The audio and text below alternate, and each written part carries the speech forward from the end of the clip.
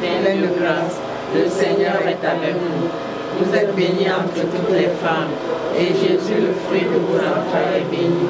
Sainte Marie, Mère de Dieu, priez pour nous pauvres pécheurs, maintenant et à l'heure de notre mort. Amen. Pleine de grâce, le Seigneur est avec vous. Maintenant et à l'heure de notre mort. Amen. Père éternel, je vous offre le corps, le sang, l'âme et la divinité de votre Fils bien-aimé, notre Seigneur Jésus-Christ, en réparation de nos péchés. Au nom du Père et du Fils et du Saint-Esprit. Amen. La grâce de Jésus-Christ notre Seigneur, l'amour de Dieu le Père et la communion de l'Esprit Saint soient toujours avec vous. Et avec votre esprit. Frères et sœurs, la mort a visité cette famille et à travers la mort, c'est le Seigneur qui nous visite. Lui qui est venu prendre son serviteur de cette terre pour qu'il puisse demeurer auprès de lui. La mort d'un chrétien est toujours l'occasion de fête au ciel, puisque le chrétien retourne dans la maison de son Père d'où il est sorti. Nous allons accompagner de nos prières notre frère, Père, Papa Joseph Tientieux qui nous quitte, mais nous sommes aussi là pour consoler cette famille qui voit partir un membre clé de cette famille, que le Seigneur nous console lui-même, lui qui est le Dieu de toute consolation. Préparons-nous à la célébration du mystère de l'Eucharistie en reconnaissant que nous avons péché.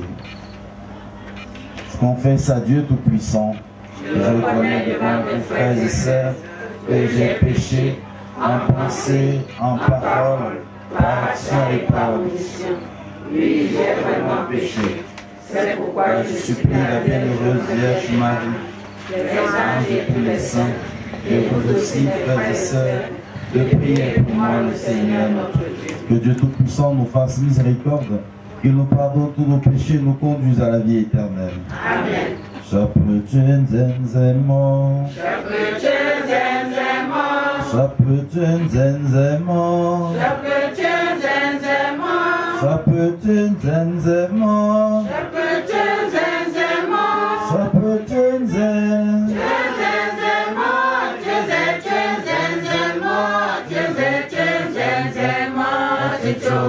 Chapelet,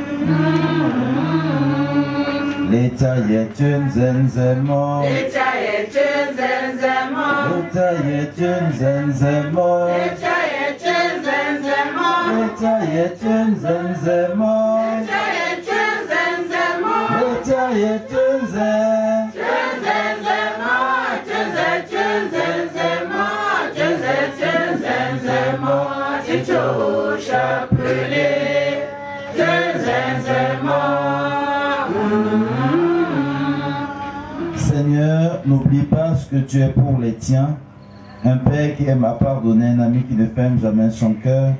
Écoute-nous quand nous t'implorons. Pour ton serviteur, Papa Joseph, notre frère, Père, époux qui gît dans ce cercueil ce soir.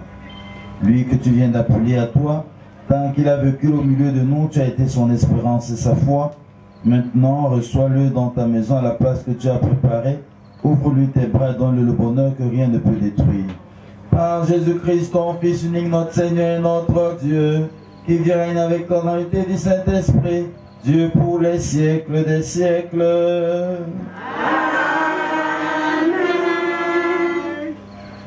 Veuillons nous asseoir. Y a-t-il quelqu'un pour lire la première lecture? Job 19, de 23 à 27. Gardez confiance dans l'épreuve. Lecture du livre de Job. Job prit la parole et dit: je voudrais qu'on écrive ce que je vais dire, que mes paroles soient gravées sur le bronze avec le ciseau de fer et le poinçon, qu'elles soient sculptées dans le roc pour toujours. Je sais, moi, que mon libérateur est vivant et qu'on l'a faim. Il est dressard, il se dressera sur la poussière des morts. Avec mon corps, je me tiendrai debout, et de mes yeux de chair, je verrai Dieu.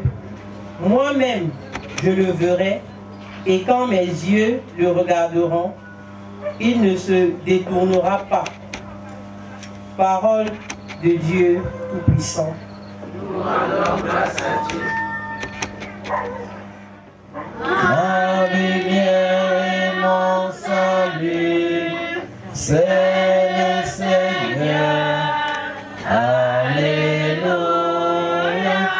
Le Seigneur est ma lumière et mon salut. Saint Jean chapitre 11. En arrivant à Béthanie, Jésus trouva Lazare au tombeau depuis 4 jours déjà. Comme Béthanie était tout près de Jérusalem, à une demi-heure de marche environ, beaucoup de Juifs étaient venus manifester leur sympathie à Marthe et à Marie dans leur deuil. Lorsque Marthe apprit l'arrivée de Jésus, elle partit à sa rencontre, tandis que Marie restait à la maison. Marthe dit à Jésus: Seigneur, si tu avais été là, mon frère ne serait pas mort. Mais je sais que maintenant encore, Dieu t'accordera tout ce que tu lui demanderas. Jésus lui dit: ton frère ressuscitera. Marthe répondit: je sais qu'il ressuscitera au dernier jour à la résurrection. Jésus lui dit: moi, je suis la résurrection et la vie. Celui qui croit en moi, même s'il meurt, vivra. Et tout homme qui vit et qui croit en moi ne mourra jamais. Crois-tu cela? Elle répondit: oui, Seigneur, tu es le Messie, je le crois, tu es le Fils de Dieu, celui qui vient dans le monde. Acclamons la parole de Dieu. Louange à toi, Seigneur Jésus. Prions, nous assurons, frères et sœurs. Je commence déjà par traduire mes condoléances à cette famille éprouvée en saluant la présence des membres de la famille, des amis. Et au début de la messe, j'ai aperçu Sa Majesté le chef Bachou. Nous vous saluons bien affectueusement. La mort, quand elle frappe à la porte d'une famille, est toujours une désolation, parce que la famille est touchée par la disparition de cette personne en fonction des sentiments que nous avons pour la personne. Et ici, c'est les sentiments de douleur parce qu'on pleure un père, un ami, un frère, peut-être un époux. C'est lui qui s'en va. Et quand un mort s'en va, il laisse un grand vide que même nos pleurs ne peuvent pas combler. Il n'y a que le Seigneur lui-même qui peut combler un vide, le vide de nos cœurs, parce que quelqu'un s'en est allé. Donc la douleur est ce qui nous anime en ce moment. Mais pour nous qui sommes des chrétiens, nous transcendons cette douleur pour regarder vers le ciel.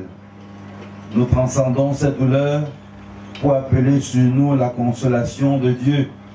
Nous transcendons cette douleur pour comprendre ce qui nous arrive. Eh bien, ce qui nous arrive, c'est le mystère de la mort, un chemin par lequel chacun de nous est appelé un jour à partir. Dieu n'a pas créé la mort, mais la mort est intervenue dans le monde à cause même du péché. Le péché d'Adam et Ève a fait en sorte que la mort entre dans ce monde où ce que Dieu avait créé était bon. Quand Dieu crée le monde, on dit tout ce qu'il fit était bon. Il n'y avait pas la mort, mais le péché est entré par, la mort est entrée par le péché et désormais nous mourrons. Mais la mort pour le chrétien n'est pas une fatalité parce que le chrétien s'accroche sur l'espérance, le chrétien s'accroche sur la foi qui lui dit que cette mort n'est qu'un passage. Et nous prenons la parole de Dieu pour comprendre ce qui nous arrive. Et j'ai choisi deux textes. Le premier de Job est un texte de l'Ancien Testament. C'est l'un des textes les plus forts de l'Ancien Testament parce que déjà dans l'Ancien Testament avec Job, il y a une forme d'affirmation de la résurrection. Nous sommes encore dans l'Ancien Testament. On pourrait dire que l'Ancien Testament, c'est notre tradition. Parce que notre tradition africaine, nous croyons à la résurrection même avant que le Seigneur ne vienne, même si personne ne pouvait dire comment nos ancêtres ressuscitent. Oui, les morts ne sont pas morts, mais comment est-ce qu'ils ressuscitent? Donc Job est ce juste, parce qu'il faut savoir, Job est ce juste qui va connaître une épreuve, une grande épreuve. On raconte que Satan, revenant de la terre, a rencontré le Seigneur qui lui a dit: mais toi qui viens de la terre, as-tu vu sur la terre quelqu'un de juste autant que Job?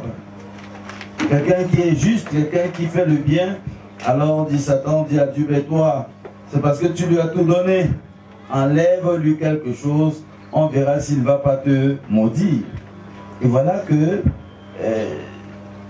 Dieu permet à Satan de lui enlever tout. Mais Dieu lui dit: sauve sa vie. Tu ne touches pas à sa vie. Et voilà que en un jour, Job a presque tout perdu. Il a perdu tous ses biens, et on sait combien il en avait de biens. Il a perdu en un jour tous ses enfants. On dit que c'était les meilleurs enfants de la terre. Et Job a même eu une grave maladie. Il est passé par une grave souffrance. Et ses amis sont venus lui dire: si tu es malade, ça veut dire que tu as péché quelque part. Mais Job dit: j'ai rien fait, j'ai pas péché. Mais il s'est même posé la question: est-ce que Dieu est là même? Est-ce qu'il ne voit pas que je suis un homme juste? Hein? Comment? Je ne fais rien. Mais parce qu'avant, on savait que quand tu es malade, quand tu as un malheur, c'est que tu as péché. Et il y a encore les gens qui le pensent, n'est-ce pas? C'est-à-dire que ce qui m'arrive, c'est parce que j'ai fait quelque chose. Bon, les gens parlent même du karma. Donc vous comprenez, c'est une logique ancienne. La femme même de Job a dit: abandonne ton Dieu. Tu le sais, il te sait à quoi? Et Job a même eu un échange avec le Seigneur pour poser des questions. Et j'aime bien quand on pose des questions à Dieu. Quand une mort nous atteint comme ça, on devrait se poser les questions à Dieu. Hein, au sujet de papa Joseph, pourquoi il parle maintenant? Hein? Tu ne vois pas qu'il doit aussi bénéficier de ce qu'il a semé? On doit poser des questions parce que la mort nous met en face d'un mystère. Et voilà que Job, avec tout ce qu'il a vécu, il est resté égal à lui-même. Égal à lui-même dans la souffrance, égal à lui-même dans les épreuves. Et c'est dans les épreuves les plus graves que Job va dire son cri d'espérance. Et son cri, c'est un cri d'espérance en même temps de foi. Je sais que mon libérateur est vivant. Il sait qu'il va rencontrer quelqu'un même s'il venait à mourir. Il a servi Dieu de son vivant et il est sûr que la mort ne va pas lui empêcher de contempler son Rédempteur. Et il parle même d'un Rédempteur, donc quelqu'un qui va le sauver de la mort. Si mon libérateur est vivant, je vais le voir. Mais j'aurai un Rédempteur, celui-là qui va me sauver de cette mort, pour qui je n'ai pas de force. Et vous comprenez que c'est ça, pour ça que nous sommes là. C'est pour la foi de Papa Joseph, on m'a envoyé sa carte de baptême. Oui, on a vu qu'il avait la foi, en fait pas la foi, on ne peut pas mettre la foi dans une carte, mais il était baptisé. Donc ça veut dire que ça traduit déjà son espérance en cette résurrection. Je sais que mon libérateur est vivant. Job qui le dit ne sait pas comment il va, mais une des paroles qui dit et qui est très forte et qui devait nous interpeller, je vais le voir face à face et il ne va pas détourner son regard de moi. Quand quelqu'un dit ça, que Dieu ne va pas détourner son regard de moi, ça veut tout simplement dire que Dieu va détourner son regard de ceux qui ont fait le mal. D'abord, quand tu vas voir Dieu, tu vas voir tes propres péchés, tu vas voir comment sur la terre tu l'as éloigné. Comme un enfant qui a péché, tu vas seulement baisser la tête.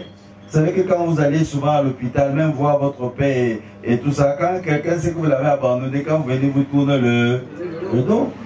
Parce qu'il dit, voilà quelqu'un que j'ai aimé, j'ai donné la vie, mais maintenant je suis malade, il ne vient. Alors, devant le Seigneur, c'est ça à peu près l'attitude d'un père qui retrouve son fils.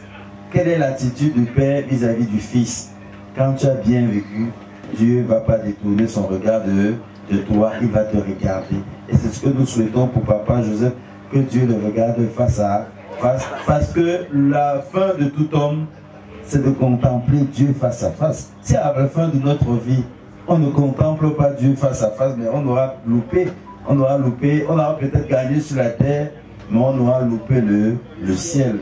Donc la foi et l'espérance sont les thèmes qui se dégagent de cet évangile, de cette première lecture. Et on va retrouver ça aussi dans l'évangile.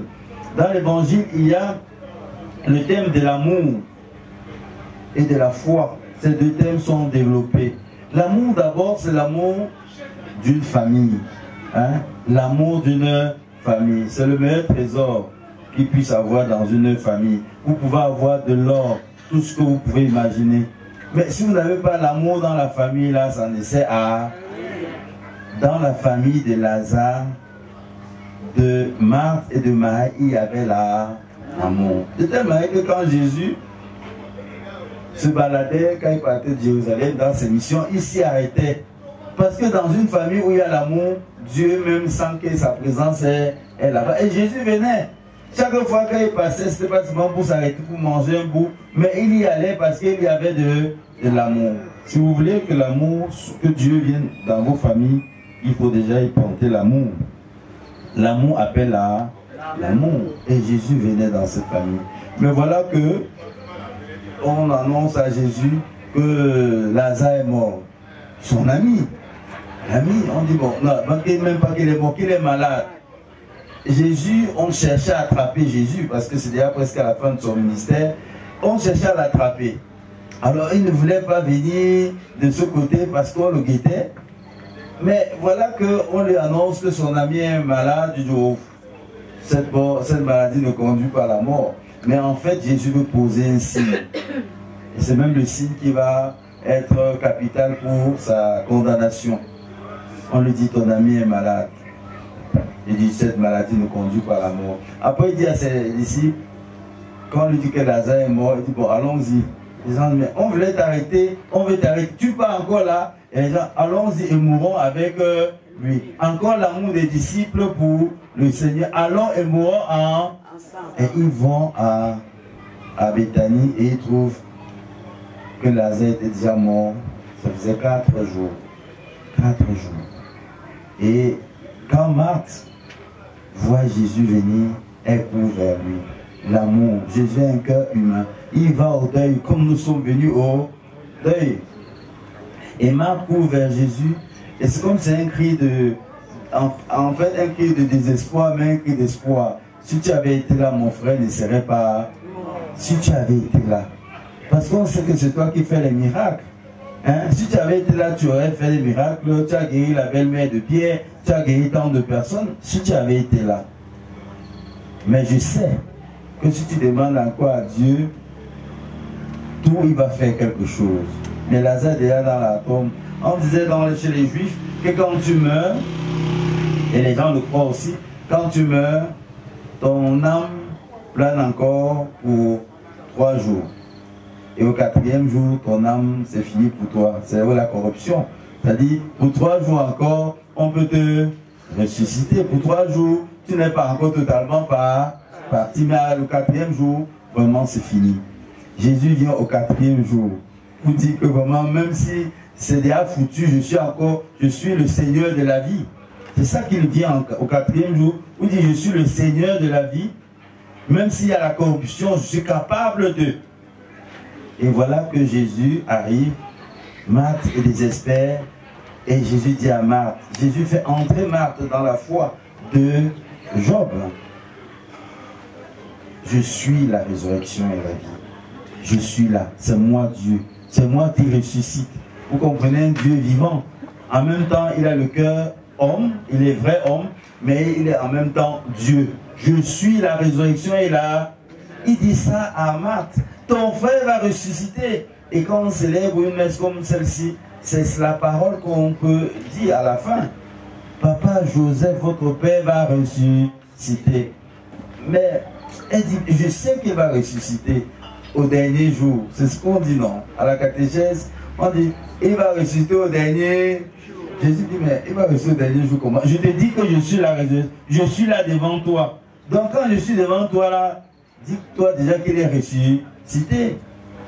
Et vous allez suivre la suite. La suite, c'est que Jésus va pleurer parce qu'il est un vrai homme. Mais Jésus va poser un acte qui va le conduire. Il va appeler Lazare. Lazare, sort. Joseph, sort de ton tombeau. Sort. Sort. Et Lazare va sortir. Et les Juifs vont dire, mais celui-ci, pendant que les gens vont croire en Jésus, d'autres vont dire, non, il faut qu'il meure. Parce que ressusciter Lazare dans une culture juive, c'est détruire le judaïsme. Et on va chercher à persécuter Jésus. Et on va même le tuer. Sauf que lui, le Seigneur de la vie, va encore ressusciter. Après 3, le corps de Jésus ne va pas connaître la corruption. Mais le 3e jour, il va ressusciter parce qu'il est le Seigneur de la vie. Donc vous voyez pourquoi l'Ancien Testament n'est pas achevé. C'est le Nouveau Testament qui vient compléter la foi de Job, qui ne savait même pas comment on ressuscite. Donc vous comprenez, frères et sœurs, que le Nouveau Testament vient éclairer l'Ancien Testament. Oui, oui, tu as raison. Le Nouveau Testament vient éclairer l'Ancien Testament. Donc, frères et sœurs, nous sommes dans la logique de la résurrection. Avec notre foi, nous entrons dans la dynamique de la résurrection. Mais il ne faut pas que nous croyons que la résurrection, c'est quand nous allons seulement mourir et revivre. Jésus disait, celui qui croit en moi, même s'il meurt, ressuscitera. Mais Jésus disait aussi dans sa parole que celui qui croit déjà en lui, maintenant, est déjà passé de la mort à la... Maintenant là, si tu crois en Jésus, tu es déjà passé de la mort à la... Ça voudrait dire qu'il y a des gens qui vivants sont déjà morts. Si tu vis et tu ne crois pas en Jésus, tu participes déjà à la mort maintenant. Oui, attends, si tu ne crois pas, si tu ne fais pas le bien, si tu es déjà mort. C'est ça. Donc vous comprenez qu'un homme qui vit doit être un homme qui est un homme de foi. C'est un homme qui doit poser des actes qui ont des valeurs d'éternité. Faire le bien. Si on est là, s'il avait fait le mal, qui sera ici là? S'il avait fait le mal, vraiment, on sait que c'est qui va être là. Mais parce qu'on se souvient, il a fait le bien autour de lui, il a posé des petits actes, il a envoyé les enfants à l'école, les gens, voilà notre tonton, pas chez lui. Il a fait des choses qui nous ont touchés au plus profond de nos cœurs et nous regrettons cela. Et voilà pourquoi nous le remettons entre les mains de Dieu avec des bonnes paroles. Papa Joseph va dans la paix du Christ. Amen. Amen. Sœurs et frères, rassemblés pour la prière, nous allons élever nos voix vers le Seigneur et confier Papa Joseph Saint-Dieu à la miséricorde du Seigneur. Entends nos prières, entends nos voix, entends nos prières monter vers toi. Entends nos prières, entends nos voix,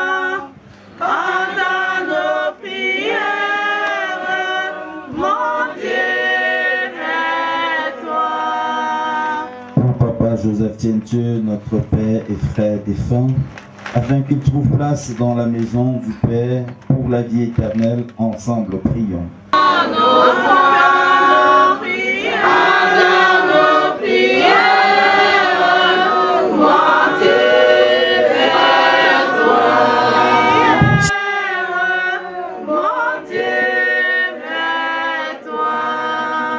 Sa famille, ses enfants, ses frères, ses amis qui souffrent de cette séparation, afin qu'ils ne se croient jamais abandonnés de Dieu. Ensemble, prions. Entends nos prières, entends nos voix, entends nos prières, mon Dieu vers toi. Pour tous les hommes et femmes, afin que leur vie sur la terre devienne plus fraternelle et plus juste, ensemble, prions. Entends nos prières, entends nos voix, entends nos prières, mon Dieu vers toi. Pour l'Église, afin qu'elle révèle au monde que le Seigneur est le Seigneur des vivants et des morts. Ensemble, prions. Entends nos prières, entends nos voix, entends nos prières, mon Dieu vers toi. Pour nous tous ici rassemblés, afin que notre foi soit plus forte que notre peine et que nos regrets ne soient pas sans espérance, ensemble, prions. Entends nos prières, entends nos voix, entends nos prières, mon Dieu vers toi. Dieu qui aime tous les hommes et femmes et ne veut en perdre aucun, permet que la prière de ton Église serve au salut des vivants et des morts. Par Jésus le Christ notre Seigneur. Amen. Dernier jour, et grand retour dans la clarté des cieux nouveaux. Le Seigneur viendra sur terre pour juger l'humanité. Et tout Dieu péchera lorsqu'on parlera au-dessus de ton nom. Il a reçu le nom qui surpasse lorsqu'on parlera de l'agneau. Et toute langue confessera que Jésus adorant.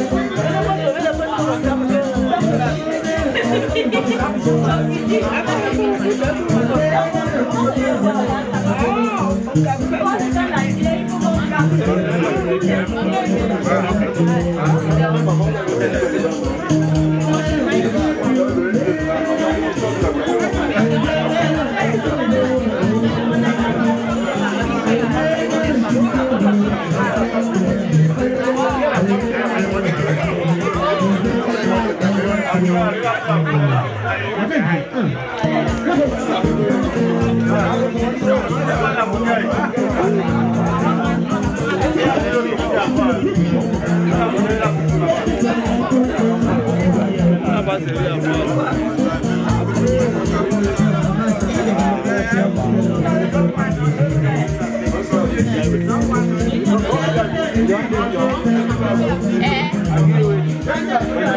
Bem